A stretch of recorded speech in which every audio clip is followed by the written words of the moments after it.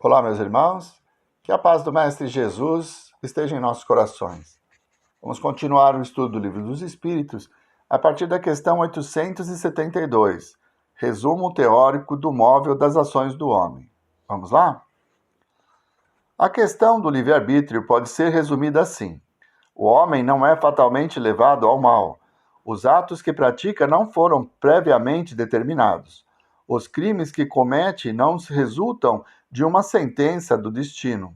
Ele pode, como prova ou expiação, escolher uma existência em que seja arrastado ao crime, quer pelo meio em que se ache colocado, quer pelas circunstâncias que sobrevenham, mas terá sempre a liberdade de agir ou não agir. Assim, o livre-arbítrio existe na escolha da existência e das provas que o espírito elegeu no estado de erradicidade e na condição de encarnado, na faculdade de ceder ou de resistir aos arrastamentos a que todos estamos voluntariamente submetidos. Cabe à educação combater essas más tendências, e ela o fará de maneira eficiente quando se basear no estudo aprofundado da natureza moral do homem.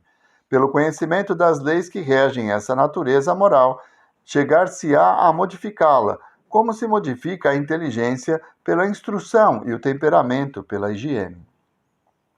Então, somos livres para escolher nossos caminhos, somos responsáveis pelas nossas escolhas. Então, quando estamos desencarnados na erradicidade, nós, avaliando o que fizemos na vida anterior, pedimos a Deus a oportunidade de resgate. Então, as situações que vamos viver durante a encarnação foram escolhidas por nós e também estão intimamente relacionadas com o que nós fizemos em vidas anteriores. É uma oportunidade educativa de nos transformarmos e evoluir. Isso, então, indica que somos livres para escolher nosso caminho, que não existe nada que esteja pré-determinado. Desprendido da matéria no estado errante, o espírito procede à escolha de suas futuras existências corporais, de acordo com o grau de perfeição a que tenha chegado, e é principalmente nisto, como já dissemos, que consiste o seu livre-arbítrio. Essa liberdade não é anulada pela encarnação. Se cede à influência da matéria, é porque sucumbe nas provas que ele mesmo escolheu. Para o ajudar a superá-las, pode invocar a assistência de Deus e dos bons espíritos. Sem o livre-arbítrio, o homem não teria nem culpa por praticar o mal, nem mérito em praticar o bem. E isto é de tal modo reconhecido que a censura ou o elogio, em nosso mundo, são feitos à intenção, isto é, à vontade. Ora, quem diz vontade, diz liberdade.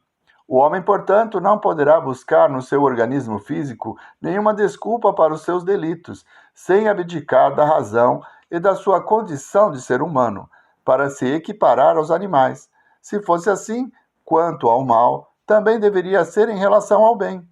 Mas, quando o homem pratica o bem, tem grande cuidado em garantir o mérito para si, e não cogita de o atribuir aos seus órgãos, o que prova que, por instinto, não renuncia, apesar da opinião de alguns sistemáticos, ao mais belo privilégio da sua espécie, a liberdade de pensar.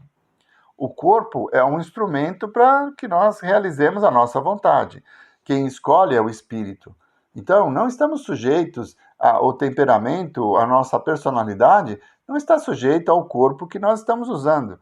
E isso é construído ao longo das inúmeras encarnações.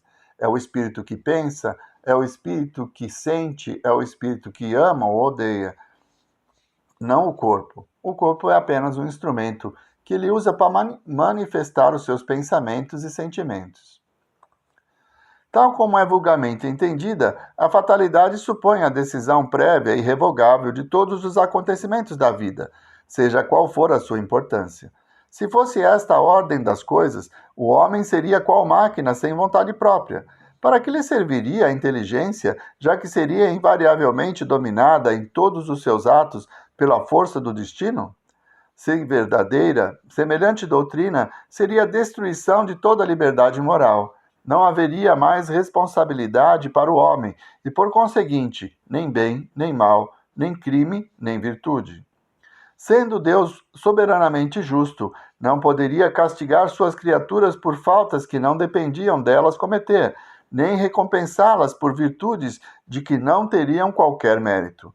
Tal lei seria, além disso, a negação da lei do progresso, considerando-se que o homem, por esperar tudo da sorte, não tentaria fazer coisa alguma para melhorar a sua posição, visto que não conseguiria ser melhor nem pior. Apesar disso, a fatalidade não é uma palavra sem valor. Existe na posição que o homem ocupa na Terra e nas funções que aí desempenha, em consequência do gênero de existência que seu espírito escolheu como prova, expiação ou missão. Ele sofre fatalmente todas as vicissitudes dessa existência e todas as tendências, boas ou más, que lhe são inerentes. Aí, porém, acaba a fatalidade, pois depende de sua vontade ceder ou não ceder a essas tendências. Os detalhes dos acontecimentos estão subordinados às circunstâncias que ele próprio cria por seus atos, e sobre os quais os espíritos podem influir pelos pensamentos que lhes sugerem. Então, nós vamos reencarnar e trazer conosco as dívidas do passado. Então, existe uma fatalidade? Existe. A necessidade do resgate. Mas esse resgate foi gerado pela vontade alheia ou pelo nosso livre-arbítrio que cometeu os erros na vida anterior? Mais uma vez, o livre-arbítrio prevalece. E nós vamos ter a oportunidade do resgate. Podemos sucumbir diante das provas e atrasar a nossa evolução. Podemos, pela nossa vontade, vencer a nós mesmos e nos tornarmos pessoas melhores. Tudo depende de nós. A nossa evolução ou o nosso estacionamento, porque ninguém regride. Pensemos nisso. Tudo está em nossas mãos. Há fatalidade, portanto, nos acontecimentos que se apresentam por serem consequência da escolha feita pelos espíritos antes de encarnar. Pode deixar de haver fatalidade no resultado de tais acontecimentos, visto depender do homem, pela sua prudência, modificar o curso das coisas. Nunca há fatalidade nos atos da vida moral. Isso vem corroborar o que Jesus nos disse, né? Que o amor cobre a multidão dos pecados. Então, se nós temos programado na nossa existência uma prova para nos ensinar o caminho da humildade, mas desde o começo, do início da encarnação, nós já sentimos essa vontade e praticamos a humildade, o amor ao próximo, não vamos necessitar da prova. Se o paciente sarou, não precisa do remédio. Então, mesmo nas fatalidades, que seriam as consequências dos nossos atos do passado, também não há uma determinação específica. Pela nossa vontade, pelo nosso esforço, podemos mudar as nossas provas, amenizando, para que não passemos por situações que nós já aprendemos, não precisa mais do remédio. É na morte que o homem se acha submetido de maneira absoluta à inexorável lei da fatalidade, pois não pode escapar à sentença que marca o termo da sua existência, nem ao gênero de morte que deve interromper o seu curso. Segundo a doutrina vulgar, o homem tiraria dele mesmo todos os seus instintos, e esses resultariam tanto da sua organização física, pela qual não poderia ser responsabilizado, quanto da sua própria natureza, situação em que poderá desculpar-se aos seus próprios olhos, dizendo que não é culpado de ter sido feito como é. A doutrina espírita, evidentemente, é muito mais moral. Ela admite no homem o livre-arbítrio em toda a sua plenitude, ao dizer-lhe que, praticando o mal, ele cede a uma sugestão má que lhe vem de fora. Deixa-lhe toda a responsabilidade, pois lhe reconhece o poder de resistir, coisa evidentemente muito mais fácil do que se tivesse de lutar contra sua própria natureza. Assim, de acordo com a doutrina espírita, não há arrastamento irresistível. O homem pode sempre fechar os ouvidos à voz oculta que lhe fala no íntimo, induzindo-o ao mal, como pode fechá-los à voz material de alguém que lhe fale. O homem pode fazê-lo por sua vontade, pedindo a Deus a força necessária e reclamando para esse fim a assistência dos bons espíritos. Foi o que Jesus nos ensinou na sublime prece da oração dominical, quando nos manda dizer: não nos deixeis cair em tentação, mas livrai-nos do mal. Sempre podemos sofrer influência dos espíritos. Nós já falamos sobre isso. os espíritos bons, os espíritos maus. Mas eles só vão nos influenciar quando estivermos em sintonia com eles. Então, a decisão ainda é nossa. O pensamento surge e nós vamos escolher se vamos realizá-lo ou não.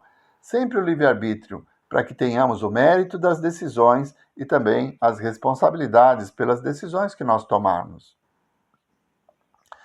Esta teoria de causa determinante dos nossos atos destaca-se com evidência de todos os ensinamentos dados pelos Espíritos.